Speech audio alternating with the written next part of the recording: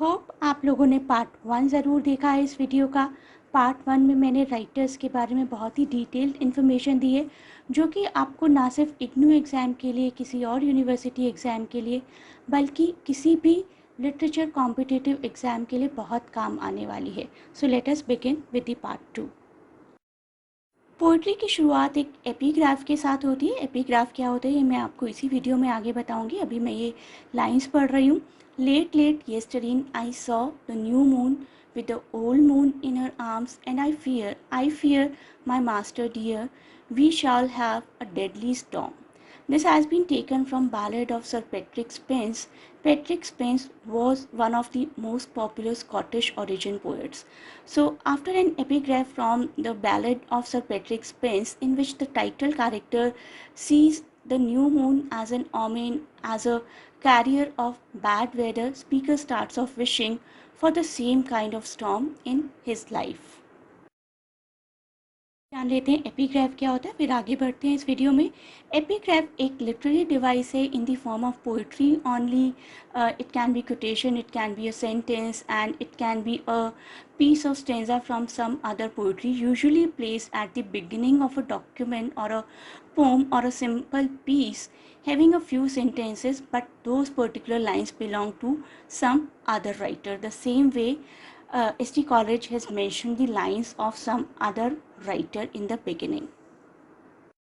अब इन लाइंस को देखिए जो ब्लू में लिखी हैं, यही आपकी आर्टिसीज हैं और आपको आइडेंटिफाई करने में बहुत काम आएंगी। मैं इसकी फर्स्ट लाइन पढ़ रही हूँ। Well if the bard was weather wise who made the grand old ballad of sir Patrick Spens. तो पोएट अभी भी बात करता है उसी लाइन की, उसी एपिग्राफ की, जिसमें बताया गया है कि न्यू मून और ओल्ड मून अगर एक दूसरे की लैप में देखते हैं तो it is a symbol of an upcoming storm. So the preface to the poem is an excerpt something concerning the moon's threatening of an upcoming deadly storm in the ballad of Sir Patrick Spens, and Coleridge remarks here that if that speculation was right, was accurate, then the weather that is currently so tranquil and the night is so tranquil, this night will soon turn into a storm. यहाँ पर दी गई blue lines का मतलब है he wishes for a storm to occur. Poet चाहता है कि एक तरीके का स्टॉर्म आए because he needs something to stir his emotions and to startle his dull pen. Part 2 पर आ जाते हैं। A grief without pang, void, dark and real. Poet बात करते हैं एक ग्रीफ की, the grief, the pain that the poet feels is without any sensation. Poet को ऐसा लगता है कि उसका तो पेन भी बहुत ज़्यादा डल है। The pain is even empty and dull and awakens no passion in him. कई बार ऐसे पेन्स होते हैं ना कि पोएट को प्रोवोक करते हैं कि कुछ लिखो, and poet right something deadly, but हमारा पोएट कह रहा है कि उसका पेन भी इतना डल है कि उसने उसको पूरे तरीके से डल और पैरालाइज बनाकर छोड़ दिया है। It does not find any natural outlet or relief in the words, or there are just sighs or tears. पहुँच चुके हैं पोइट्री के सेकेंड पार्ट की तरफ, जिसमें स्पीकर कहता है, O lady in this vain and heartless mood to other thoughts by yonder throstle wood. तो एक लेडी को एड्रेस कर रहा है पोएट, और एंड ही सेज कि I can listen to all the beautiful sounds of nature, I can hear, I can see all the beautiful sights, but the western sky, the sky seems to me peculiar at present. It has color shades of yellow, it has color shades of green. Next lines part 2 की ही, yon crescent moon as fixed as if it grew in its own cloudless, starless lake of blue. Poet बहुत ही ज़्यादा pain में है, and in his grief, in his pain, he says that he has been watching the stars, the moons, the sky, but he is not able to find any kind of beauty. He says कि I see them, मैं उनको देख रहा हूँ, ये बहुत खूबसूरत हैं, but I do not feel how beautiful they are. So he can just see the beauty, he cannot internalize the beauty of nature. इन लाइंस को देखिए, हम पार्ट 3 पर आ गए हैं। My genial spirit fail and what can these avail to lift the smothering weight from off my breast. Coleridge इन lines में बहुत ही डाउटफुल हैं कि क्या दुनिया में कुछ ऐसा बना भी है which can lift up the weight from my breast. तो क्या कुछ ऐसा है जो मेरे इस पेन को कम कर सकता है। He admits that gazing staring at the beauty of the sky is all futile, and he realizes that outward forms will not relieve him from his inner pain, and that only he has the power to change his emotional state. अगर कोई person बहुत दुखी है तो ये उसी के हाथ में है कि किस तरीके से खुद को वापस फिर से खुश रखा जाए। पार्ट 4 पर आ जाते हैं, जो कि बहुत ही खूबसूरत लाइन्स हैं और बहुत बार आपके आरटीसीज में आती हैं। O lady, we receive but what we give, and in our life alone does nature live. Ours is her wedding garment, ours her shroud. Coleridge ने दोबारा लेडी को एड्रेस किया है and he is telling her that although some things are inevitable in life and controlled by nature. दुनिया में बहुत सारी ऐसी चीज़ें हैं जिसको सिर्फ नेचर कंट्रोल करता है, that is why we use the word kind of natural disaster, but a person must still be in active agent in creating his or her own happiness.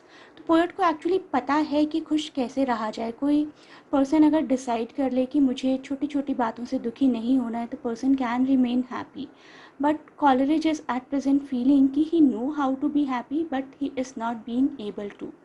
The poet says that we get from nature is only what we have given to it, and if we find nature in a joyful mood, nature in a happy state, it is because we are ourselves happy.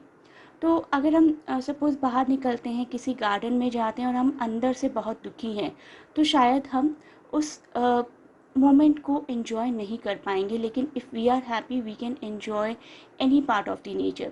So if we find nature in a sorrowful mood, it is because we are ourselves sad, we are ourselves in a melancholic state. The object of nature are in themselves lifeless and cold.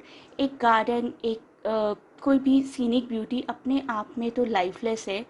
We and our feeling give life to it. If we want to see anything or hear anything of a high and noble quality in the inanimate nature, then our souls will have to send a light of powerful voice. तो he says कि मे भी कोई चीज़ बहुत खूबसूरत हो, लेकिन जब तक हमारे अंदर से आवाज़ नहीं आती है खुशी की, we are not able to enjoy it. Part 5 की इन लाइन्स को देखिए। O pure of heart, thou need not ask of me what this strong music in the soul may be.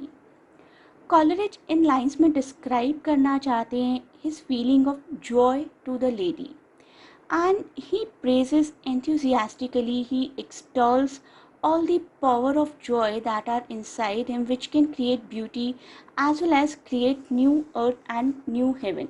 तो पोएट एक्चुअली सेज कि एक poet के अंदर का जो जॉय होता है, that makes him capable of being extremely creative, that a poet can create new earth and new heaven, but शायद अभी वो joy हमारे poet के अंदर नहीं है। इन लाइन्स में पोएट बहुत ही ज़्यादा डिस्ट्रेस फील कर रहा है, ये सोचकर कि उसका पोइटिक टैलेंट ख़त्म हो चुका है। So he starts part 6 with these lines. There was a time when though my path was rough, this joy within me dallied with distress, and all misfortunes were but as the stuff. तो poet reflect करता है एक ऐसे time को जब Joy का amount उसकी life में ज़्यादा हुआ करता था। Joy was actually able to surmount all amount of his distress, and during that time he was able to take advantage of the hope or the positivity that surrounded him in nature. And however the distress he feels now is much more dominating, the philosophical and metaphysical thinking is developing more and more in him, and these feelings are actually crushing down the gift of his poetic talent that God has given to him. And this poetry dejection is settled in his mind, and he is becoming almost, this depression, this distress is becoming almost a habit of him now. मैं part 7 की इन lines को पढ़ने जा रही हूँ। Hence, viper thoughts that coil around my mind, reality's dark dream. Coleridge basically शायद इन lines में अपनी अटेंशन को उस हाउलिंग स्टॉर्म से, उस tumultuous वेदर से, उस रेजिंग स्टॉर्म से दूर ले जाना चाह रहे हैं. And he says he is able to here the less frightful, less horrified sounds of the wind inside that storm. Part 8 की इन लाइंस को पढ़ने जा रही हूँ. TISS midnight but small thoughts have I of sleep, full seldom may my friend such vigils keep, visit her gentle sleep with wings of healing. तो कोई हैरानी की बात नहीं है, स्पीकर को नींद नहीं आ रही है at present. So not surprisingly the speaker can't sleep even though it is midnight.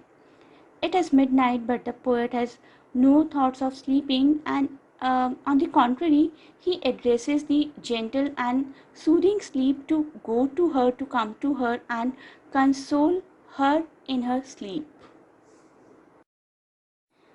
Part 8 की इन लाइन्स को मैं पढ़ने जा रही हूँ.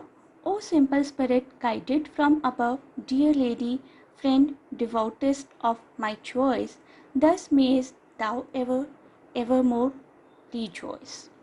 So the poet here says that she is his most faithful, most loyal friend of his joys, and the poet prays that she may always have a good life, she may live a peaceful life, she may live a happy life. She is his number one friend. Devotist का मतलब होता है committed और extremely devoted. तो she is his committed, devoted friend, and after all he wants nothing but happiness and spirited feelings for her.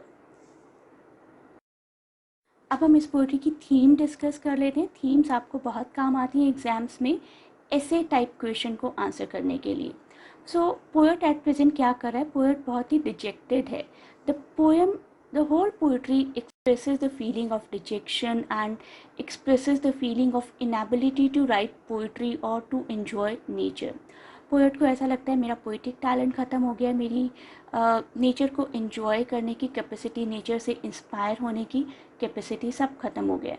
So this poem is an expression of deep despair, deep detection, deep depression. The poet mourns or feels sad at the loss of his poetic talent, poetic faculty, and he looks back at his youth when he was full of happiness, full of hope, full of positivity. He could write beautiful poetries at that point of time, and this brings the poet to the conclusion that nature is at present incapable to give any kind of inspiration to me. And he thinks that the source of inspiration lies within our soul.